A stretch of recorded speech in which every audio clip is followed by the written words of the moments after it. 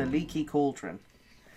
It took Harry several days to get used to his strange new freedom.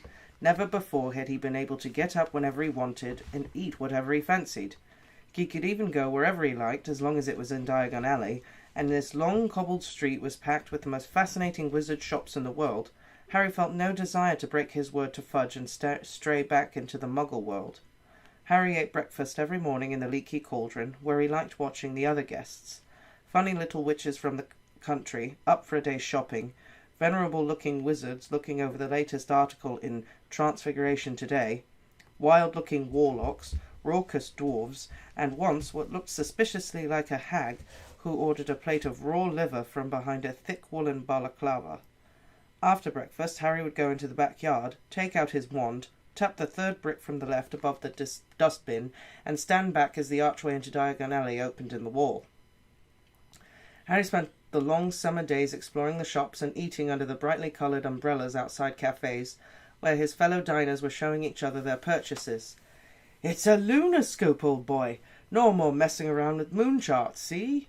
Or else discussing the case of Sirius Black. "Personally, I won't let any of the children out alone until he's back in Azkaban." Harry didn't have to do his homework under the blankets by torchlight any more. Now he could sit in the bright sunshine outside Florian Fortescue's ice cream parlour, finishing all his essays with occasional help from Florian Fortescue himself, who, apart from knowing a great deal about medieval witch burnings, gave Harry free Sundays every half hour. Once Harry had refilled his money bag with gold galleons, silver sickles, and bronze nuts from his vault at Gringotts, he needed to exercise a lot of self-control not to spend the whole lot at once. He had to keep reminding himself that he had 5 years to go at Hogwarts, and how it would feel to ask the Dursleys for money for spell books, to stop himself from buying a handsome set of gold gobstones, a wizarding game rather like marbles, in which the stones squirted a nasty-smelling liquid into the other player's face when they lost a point. He was sorely tempted, too, by the perfect moving model of the galaxy in a large ball, which would have meant he never had to take another astronomy lesson. But the thing that tested Harry's resolution most appeared in his favourite shop, Quality Quidditch Supplies, a week after he had arrived in Diagon Alley. Curious to know what the crowd in the shop was staring at, Harry edged his way inside and squeezed in amongst the excited witches and wizards until he glimpsed a newly erected podium on which was mounted the most magnificent broom he'd ever seen in his life. "Just came out. Prototype," a square-jawed wizard was telling his companion. "It's the fastest broom in the world, isn't it?" squeaked a boy younger than Harry, who was swinging off of his father's arm.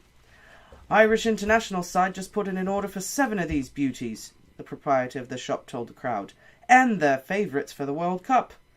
A large witch in front of Harry moved, and he was able to read the sign next to the broom. The Firebolt. This state-of-the-art racing broom sports a streamlined, superfine handle of ash, treated with a diamond-hard polish and hand-numbered with its own registration number. Each individually selected birch twig in the broom tail has honed to aerodynamic perfection, giving the Firebolt unsurpassable balance and pinpoint precision. The Firebolt has an acceleration of 0 to 150 miles an hour in 10 seconds and incorporates an unbreakable braking charm. Price on request. Price on request. Harry didn't like to think how much the Firebolt would cost. He'd never wanted anything so much in his life, but he'd never lost a match with his Nimbus 2000, and what was the point of emptying his Gringotts vault for the Firebolt when he had a very good broom already? Harry didn't ask the price, but he returned almost every day after that, just to look at the Firebolt. There were, however, things that Harry needed to buy. He went to the apothecary to replenish his store of potions ingredients, and his school robes were now several inches too short in the arm and leg. He visited Madame Malkin's robes for all occasions and bought new ones. Most important of all, he had to buy all of his new school books, which would include those for his 2 new subjects, Care of Magical Creatures and Divination. Harry got a surprise as he looked in at the bookshop window. Instead of the usual display of gold-embossed spell books the size of paving slabs, there was a large iron cage behind the glass, which held about 100 copies of The Monster Book of Monsters. Torn pages were flying everywhere as books grappled with each other, locked together in furious wrestling matches, and snapping aggressively. Harry pulled his book list out of his pocket and considered it for the first time. The Monster Book of Monsters was listed as the set book for Care of Magical Creatures. Now Harry understood why Hagrid said it would be coming in handy. He felt relieved. He'd just been wondering whether Hagrid wanted some help with some terrifying new pet. As Harry entered Flourish and Blots, the manager came hurrying toward him. "Hogwarts," he said abruptly. "Come to get your new books?" "Yes," said Harry. "I need—" "Get out of the way," said the manager impatiently, brushing Harry aside. He drew up a pair of very thick gloves, picked up a large knobbly walking stick, and proceeded toward the book door of the monster's book cage. "Hang on," said Harry. "I've got one of those." "Have you?" A look of enormous relief spread over the manager's face. "Thank heavens for that. I've been bitten 5 times already this morning." A loud ripping noise rent the air. Two of the monster books had seized a third and were pulling it apart. "Stop it! Stop it!" cried the manager, poking the walking stick through the bars and knocking the books apart. "I'm never stocking them again. It's been bedlam. I thought we'd seen the worst when we bought 200 copies of the Invisible Book of Invisibility. Cost a fortune and we never found them. Well, is there anything else I can help you with? "Yes," said Harry, looking down from his book list. "I need Unfogging the Future by Cassandra Verblatsky."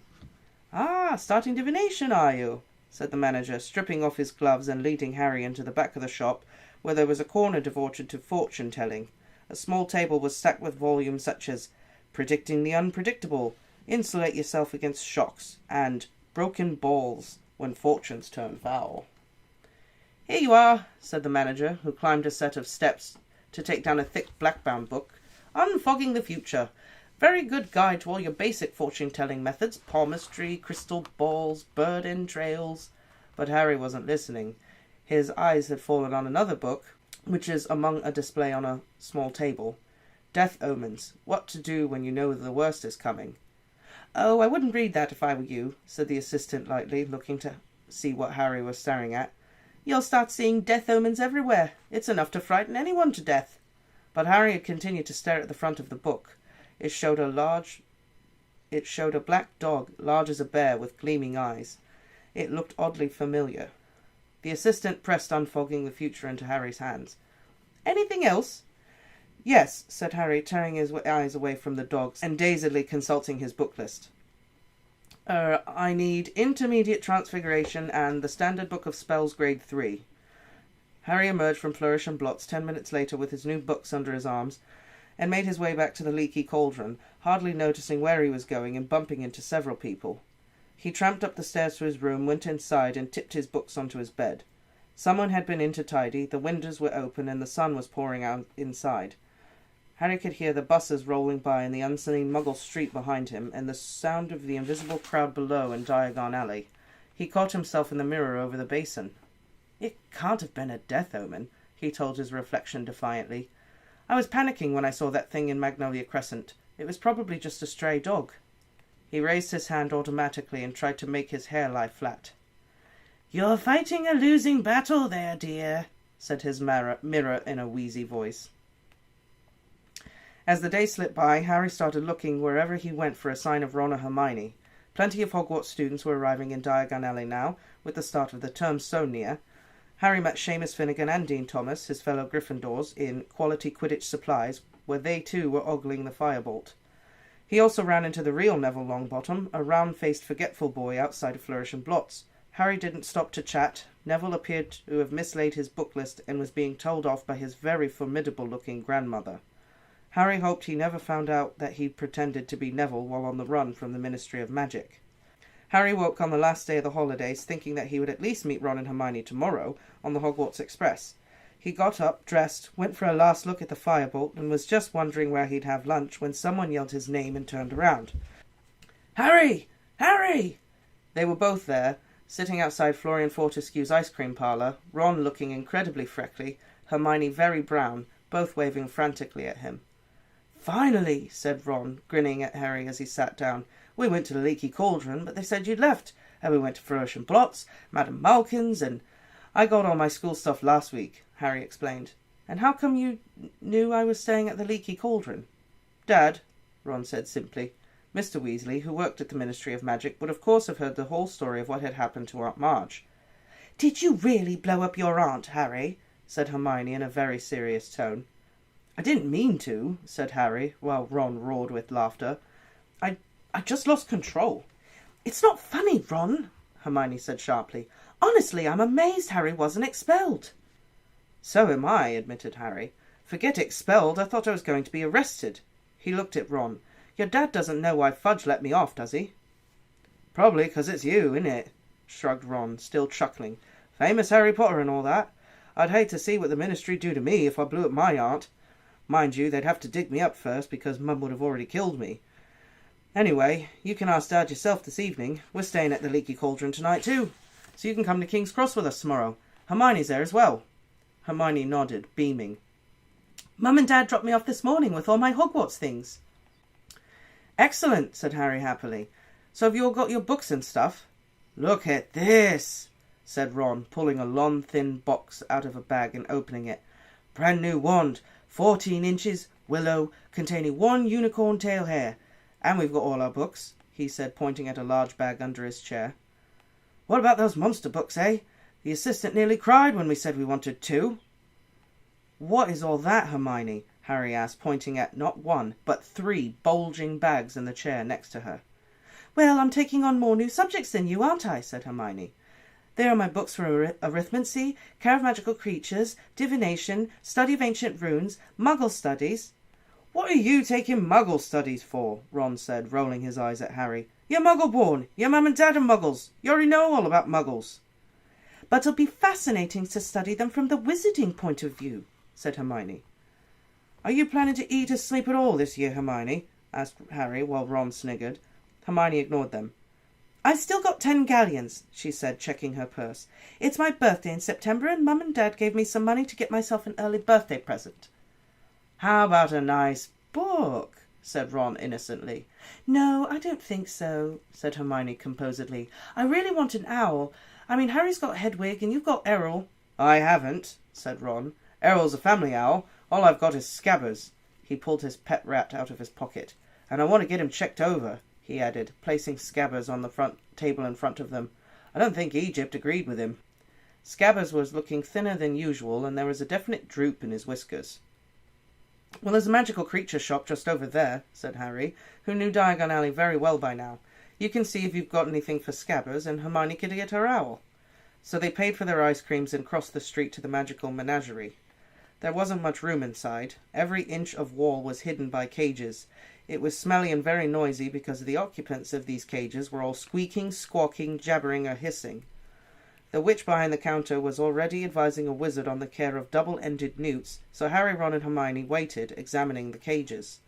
A pair of enormous purple toads sat gulping wetly and feasting on dead blowflies. A gigantic tortoise with a jewel-encrusted shell was glittering near the window. Poisonous orange snails were oozing slowly up the side of their glass tank, and a fat white rabbit kept changing into a silk top hat and back again with a loud popping noise.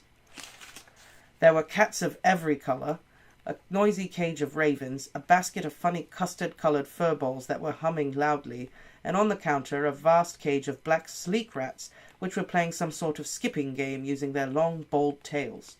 The double-ended Scroot wizard left, and Ron approached the counter. It's my rat, he told the witch. He's been a bit off colour ever since I brought him back from Egypt. Bang him on the counter, said the witch, pulling a pair of heavy black spectacles out of her pocket. Ron lifted Scabbers out of his inside pocket and placed him next to the cage to his fellow rats, who stopped their skipping tricks and scuffed to the wire for a better look. Nearly everything Ron owned, Scabbers the rat was second-hand. He'd once belonged to Ron's brother Percy, and a bit battered. Next to the glossy rats in the cage, he looked especially woebegone. Said the witch, picking Scabbers up. How old is this rat? Dunno, said Ron. Quite old. He used to belong to my brother. What powers does he have? Said the witch, examining Scabbers closely. Said Ron. The truth was that Scabbers had never shown the faintest trace of interesting powers. The witch's eyes moved from Scabbers' tattered left ear to his front paw, which had a toe missing, and tutted loudly. He's been through the mill, this one, she said. He was like that when Percy gave him to me, said Ron defensively. An ordinary common or garden rat like this can't be expected to live longer than 3 years or so, said the witch. Now, if you're looking for something a bit more hard-wearing, you might like one of these. She indicated the black rats, who promptly started skipping again. Ron muttered. Show-offs. Well, if you don't want a replacement, you can try this rat tonic, said the witch, reaching under the counter and bringing out a small red bottle. Okay, said Ron. How much? Ow! Ron buckled as something huge and orange came soaring from the top of the highest cage, landed on his head, and propelled itself, spitting madly at Scabbers. No, Crookshanks, no! Cried the witch, but Scabbers shot from between her hands like a bar of soap, landed splay-legged on the floor, and then scampered for the door. Scabbers! Ron shouted, hurrying out of the shop after him. Harry followed. It took them nearly 10 minutes to find Scabbers, who'd taken refuge under a wastepaper bin outside Quality Quidditch Supplies. Ron stuffed the trembling rat back into his pocket and straightened up, massaging his head. What was that? It was either a very big cat or quite a small tiger, said Harry. Where's Hermione? Probably getting her owl. They made their way back to the crowded street from the magical menagerie. As they reached it, Hermione came out, but she wasn't carrying an owl. Her arms were clamped tightly around the enormous ginger cat. You bought that monster, said Ron, his mouth hanging open. He's gorgeous, isn't he? Said Hermione, glowing. That was a matter of opinion, thought Harry.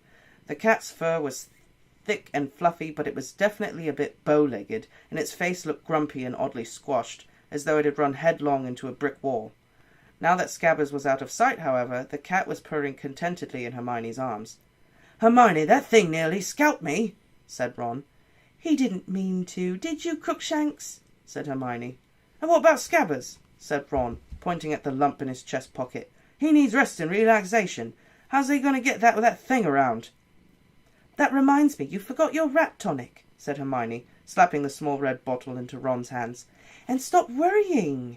Crookshanks will be sleeping in my dormitory and Scabbers in yours. What's the problem? Poor Crookshanks. That witch said he'd been in there for ages. No one wanted him. I wonder why, said Ron sarcastically, as they set off to the Leaky Cauldron. They found Mr. Weasley sitting in the bar reading the Daily Prophet. Harry, he said, smiling as he looked up.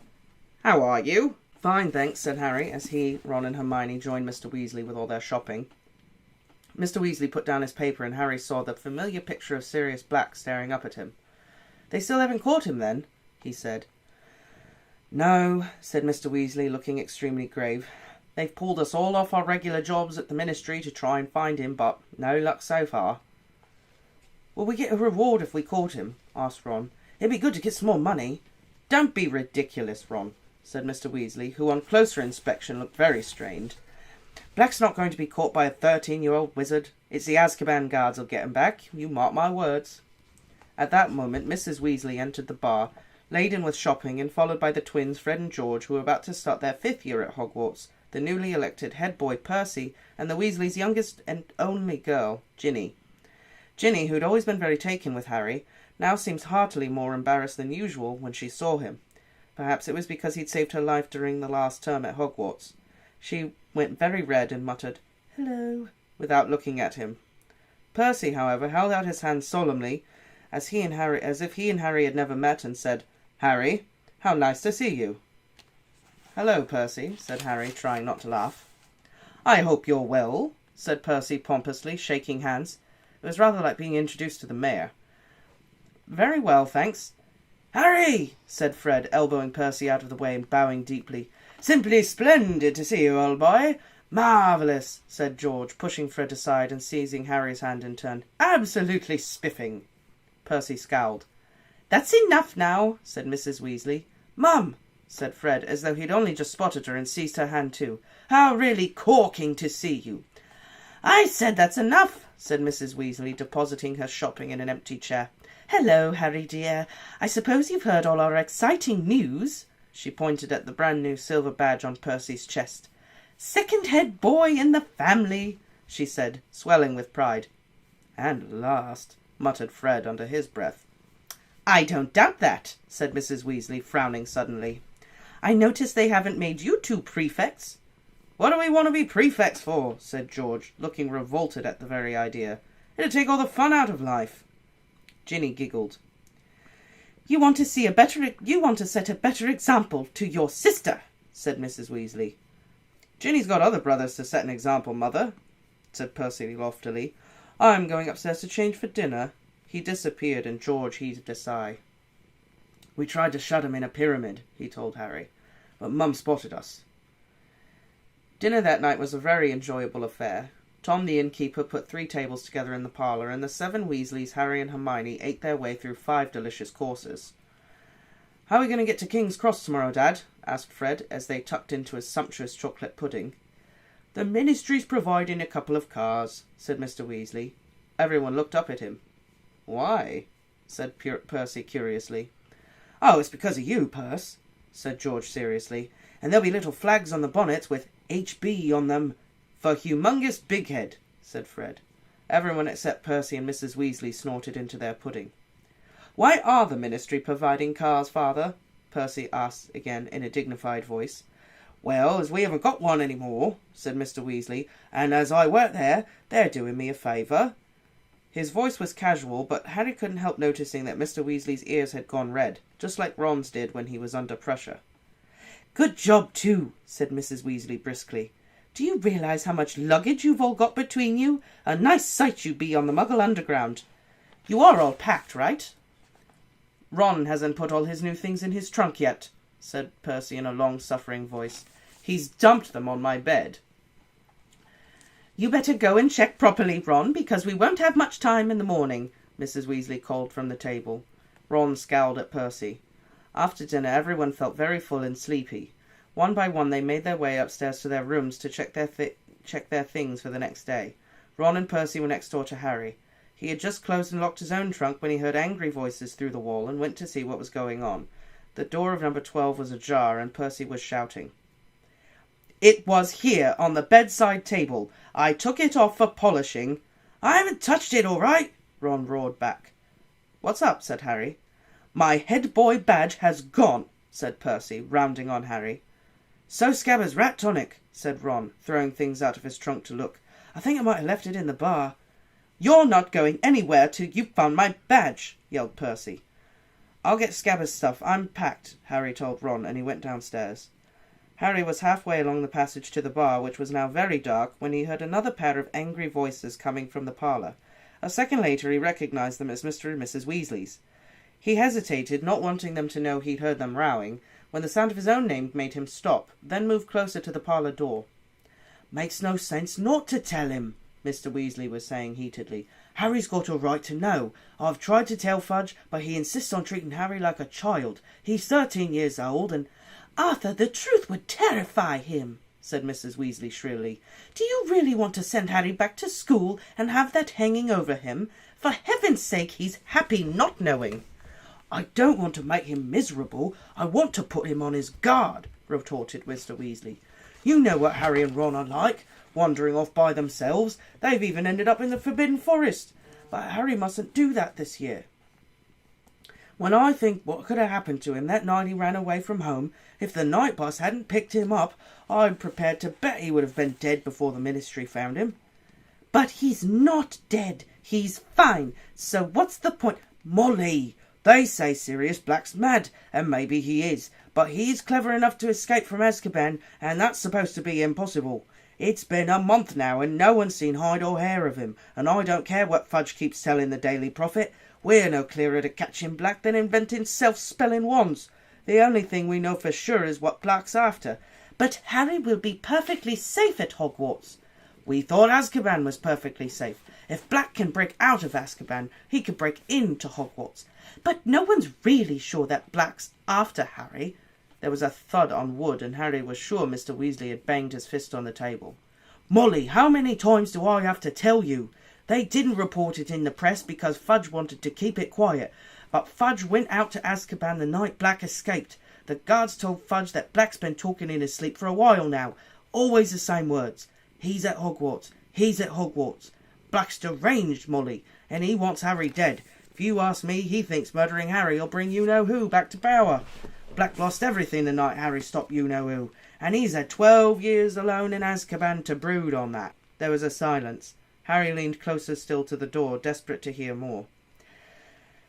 "Well, Arthur, you must do what you think is right, but you're forgetting Albus Dumbledore. I don't think anything could hurt Harry at Hogwarts while Dumbledore's headmaster. I suppose he knows all of this? Course he does. We had to ask him if he minds the Azkaban guards stationing themselves round the entrances to the school grounds.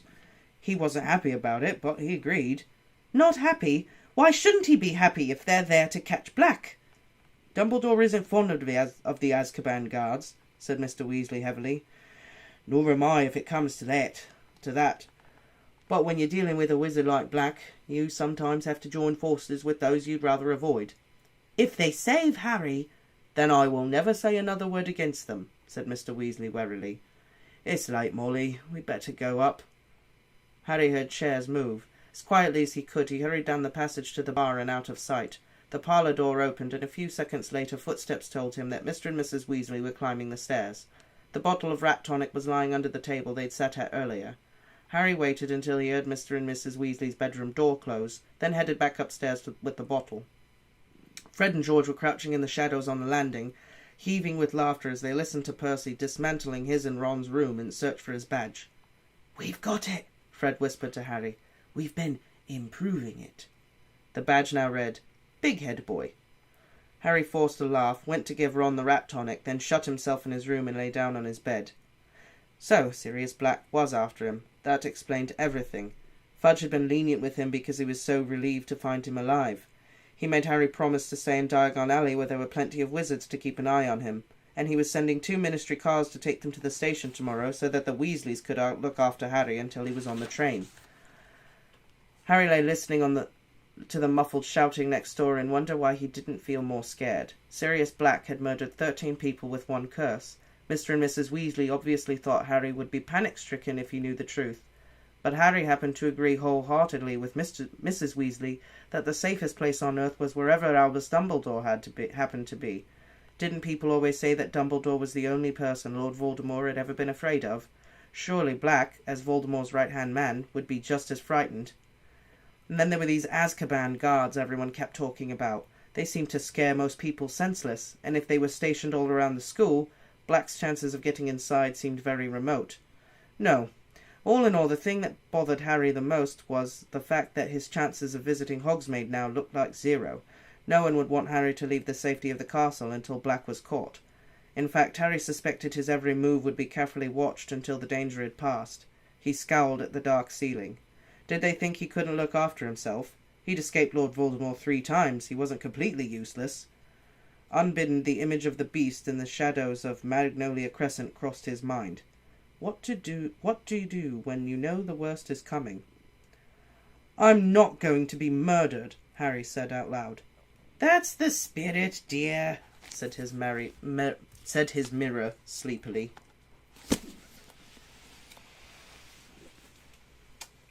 Called it. Oh, Sirius Black. Sirius Black. After Harry. Trying to kill Harry. Yeah. You know, you can say what you want about Crookshanks. This is still the prettiest orange kit. Mm-hmm. Yeah, Crookshanks is just like a giant fluffy Jackson. I don't think you like that biting me now. Like, don't show me off. So yeah, Hermione got a cat. Nice. I like her choices. I knew it was gonna happen. What? She has a cat. Yeah. Mm-hmm. Well, because Harry has Hedwig. She's iconic snowy owl, and Ron already has a pet. Mm-hmm. The pathetic Scabbers. How does Hermione get, like, letters home, or does she not get letters while she's at Hogwarts? I guess, like, her family doesn't have an owl. She doesn't have an owl. Oh, so how does she send... You know what, though? I bet what happens is, like, Ron sends her a letter. Mm-hmm. And Errol probably drops it off. Oh, right? Okay. So then Errol sits and waits for her to write her letter. I didn't know if there was, like, a UPS in the Wizarding World where you can drop off your letter and then they send out an owl for you. You know? I don't know, because Harry's birthday present, she did a mail order for it. Oh, yeah. So, like, I don't know if there's some other kind of magic mail service, or if they have, like, if there's, like, companies, like a postal service and they have like a fleet of owls or something, and you like, maybe it's like a P.O. box and you subscribe or something. I don't know. Right? I don't know. It's a good question. Got like a fed owl. Yeah. I don't know. I feel like they have to. Because Right. not everyone has an owl. Right. Not everyone's gonna want one. Mm-hmm. I mean, I feel like most people probably have one, but what if, like, you're super poor and you can't afford to keep an owl or something? I don't know. Exactly. Yeah, there's got to be some kind of, like, mail service type Mhm. thing. Owl fleet of postal birds. I don't know. And then the big black dog. Very Yeah. ominous. Yeah. What's that about? Death. Death's coming. Death is coming for Harry Potter. Which doesn't take a genius to know that's not true, since we have 4 more books to go. Yeah, you know, when this book had first come out and this was like the latest book, then you could be like, oh, it's gonna happen. But yeah, the series is done now. No suspense for you there. Now it's just, how is he going to escape death? Is the real question. Yeah, how's it all gonna play out? Azkaban guards. What do you think about them? Apparently people don't really like them. Everyone's scared of them. Why scared? You may find out in the next chapter. They mean jerks.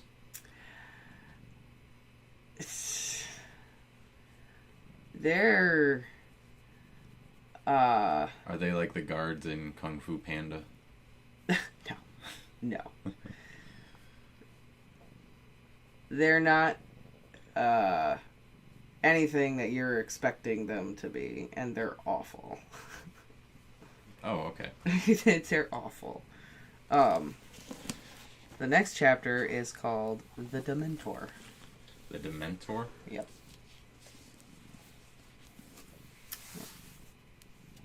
I got nothing to go on there. Yeah, I didn't think you would. Like Dementor, like, you know, mentor teaches you is someone who like makes you dumber. Dement. Oh. Or. Yeah. Ah! Did you hear that? Mm-hmm. That hurt. Is it like a centaur, but instead of like part human, it's part... Wait, is the Dementor the guards from Azkaban? I don't know. I don't remember. Oh. Okay. Okay, well... Any other thoughts on this chapter? Nope. That's about it. Not a lot happened. No. We found out that Harry was being tracked down by Sirius Black. Well, potentially being tracked down by Sirius Black. Alright, well, please like, comment, and subscribe, and join us next time for Chapter 5, The Dementor.